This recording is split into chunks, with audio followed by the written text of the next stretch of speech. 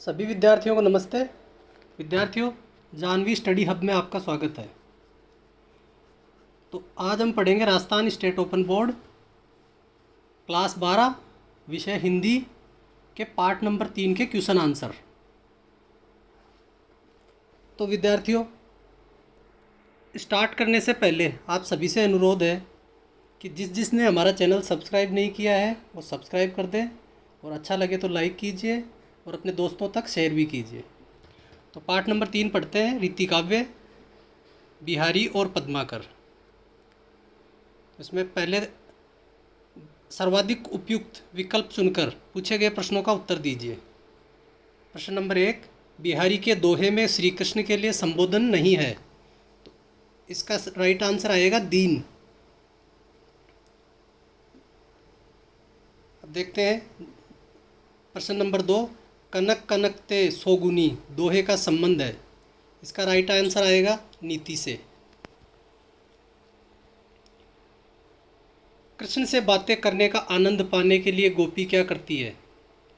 तो कृष्ण से बातों का आनंद पाने के लिए गोपी मुरली को छिपा देती है, तो इसका राइट आंसर आएगा क, मुरली को छिपा देती है। कहला ने एकत बसत दोहे में किस ऋतु का प्रभाव चित्रित है? तो इसमें ग्रीष्म ऋतु आएगा, इसका राइट आंसर है ख, ग्रीष्म। अब आगे देखते हैं। कब को टेरत दीन रट दोहे में उलाहना देने के कारण कौन सा भाव व्यक्त हुआ? तो इसका राइट आंसर आएगा अतरंगता।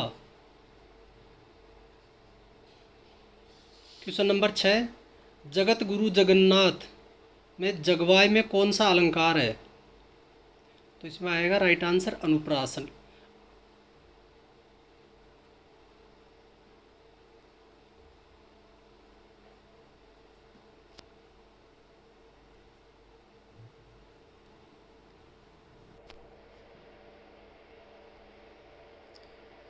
क्वेश्चन नंबर 7 है, कनक कनकते में कौन सा अलंकार है? तो इसमें आएगा यमक अलंकार। 8 नंबर है, कनक कनकते सोगुनी दोहे में किसका प्रभाव 100 गुना अधिक कहा गया है? इसमें राइट आंसर आएगा धन का प्रभाव 100 गुना अधिक कहा गया है। गोपी कृष्ण से बांसुरी देने की बात कहकर मुकर जाती है क्योंकि वह चाहती है कि श्री कृष्ण उससे बातें करे, इसका राइट आंसर क आएगा। कवि ने ग्रीष्म में जगत को तपोवन सा कहा है क्योंकि इसमें एक दूसरे के शत्रु भी साथ साथ रहते हैं।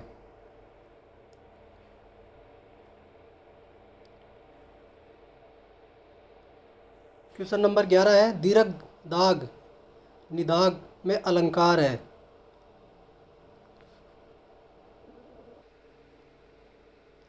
तो इसमें आएगा अनुप्रास अलंकार। क्वेश्चन नंबर 12 है, गोपिका की ओर एक साथ कौन कौन दौड़े? तो इसका राइट आंसर आएगा गुलाल और नंदलाल। कौन से दो शब्द पर्यायी के रूप में प्रयुक्त हुए? नंदलाल और अहीर।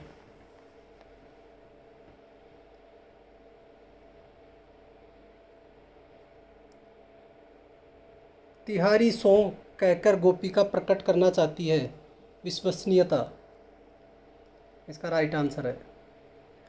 पद्माकर की गोपी किसे धो धोकर हार गई? कृष्ण की छवि को, यानी कृष्ण की छवि वो धो नहीं पाई अपनी आंखों से। वीर संबोधन किसके लिए प्रयुक्त हुआ? तो यह इसका राइट आंसर आएगा ख, सखी। अब इसके महत्वपूर्ण प्रश्न देखते हैं।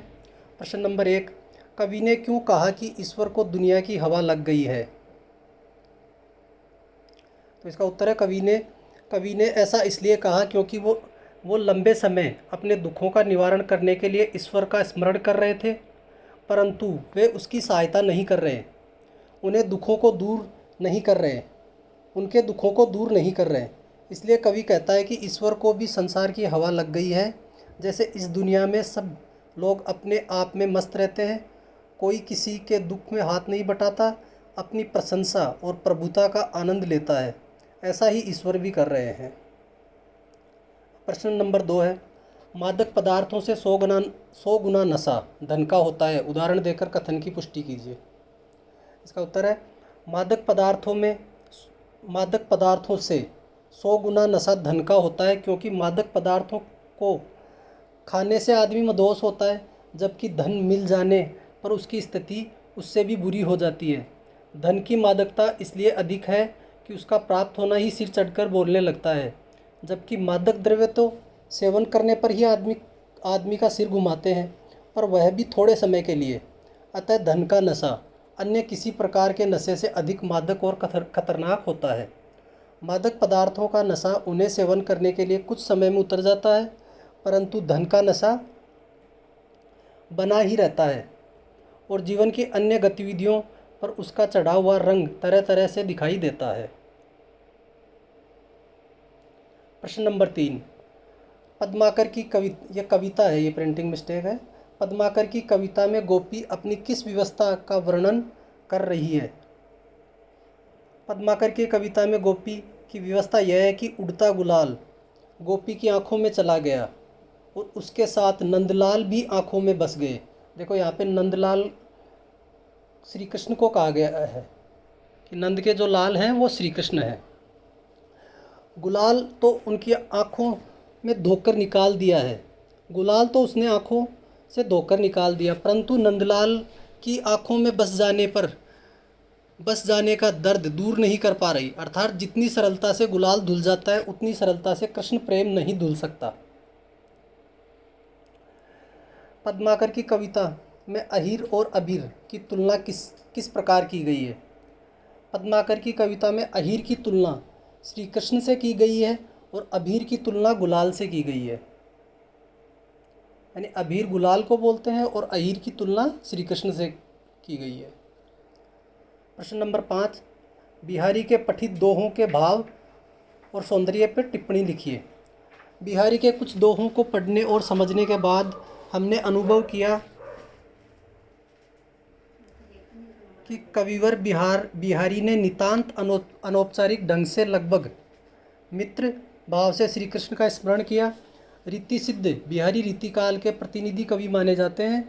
रीति काव्य की प्रमुख प्रवृत्ति श्रृंगार वर्णन, श्रृंगार के संयोग पक्ष की प्रस्तुति मन को छू लेने वाली है।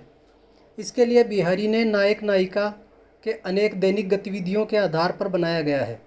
भक्ति और श्रृंगार के अतिरिक्त बिहारी ने नीति काव्य भी लिखा है, पर प्रकृति के चित्रण में जितने सुंदर दोहे उन्होंने लिखे हैं, अन्य दुर्लभ है।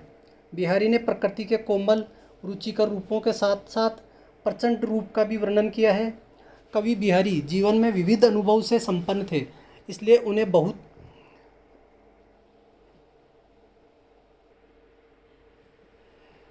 उन्हें बहुज्ञ कवि कहा जाता है। बहुज्ञ का मतलब होता है जो ज्ञान का बहुत ज़्यादा ज्ञाता होता है, उसे बहुज्ञ कहा जाता है।